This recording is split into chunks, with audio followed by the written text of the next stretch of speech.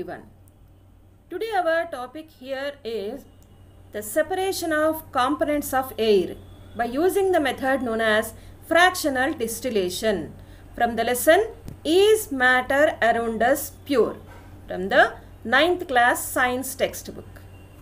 So here you know already that this air, whatever we have in our surroundings, it is a mixture of different gases.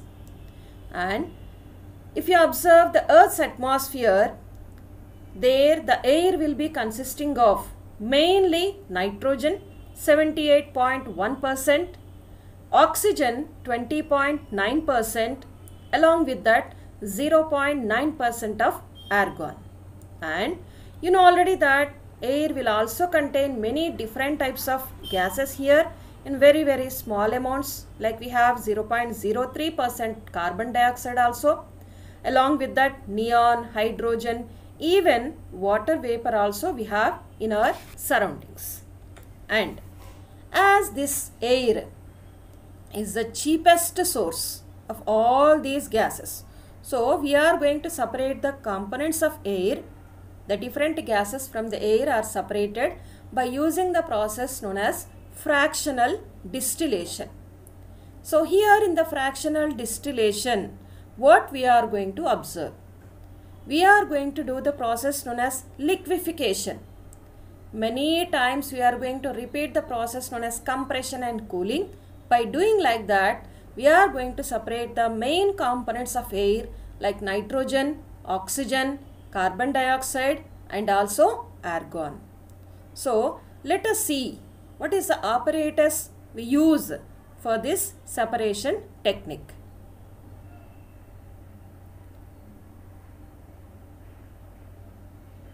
So here we come to the apparatus, what we use here. Here you can observe that we have the air inlet at the starting. First of all, air has to be filtered. Then it has to be sent into the chamber where we are going to provide more amount of pressure. You know already that if pressure increases, temperature also increases, the air will become hot air. Temperature of the air is going to increase here. Then this hot air will be sent into the next chamber, freezing chamber. Air will be cooled here in this chamber. You can see the inlet and also outlet for the water. Then this air whatever we got, it is a cool air now along with that compressed air. So this cool and also compressed air will be sent into the next chamber, that is called as separator. Here in this separator, first of all we are going to get the carbon dioxide gas because its boiling point is -97. So this carbon dioxide will be removed when air is put under liquefaction in the form of dry ice. It will be removed there. Then after that the remaining gases, main gases we have here nitrogen, oxygen and argon. So that one, the air which is present in the liquid form will be sent into the next chamber. After the expansion we are going to send into the next chamber. There fractionating this column also will be there, fractional distillation also will be done here, and there mainly we are going to get the two gases that are nitrogen and also argon.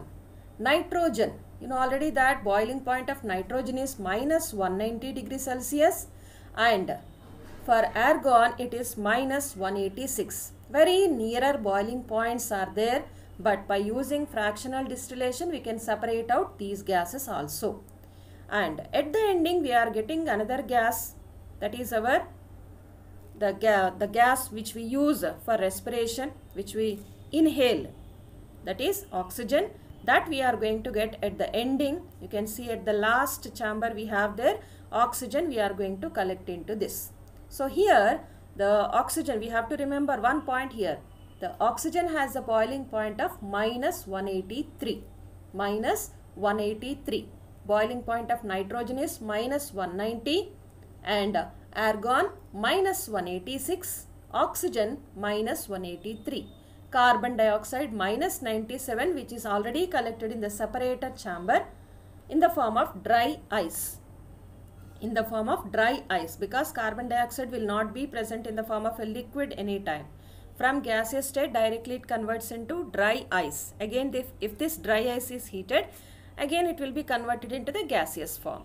Okay, so that is collected already in the separator chamber. In fractionating column we have got nitrogen, fractional distillation column we got nitrogen and argon, and at the ending the leftover gas is liquid nitrogen. Okay.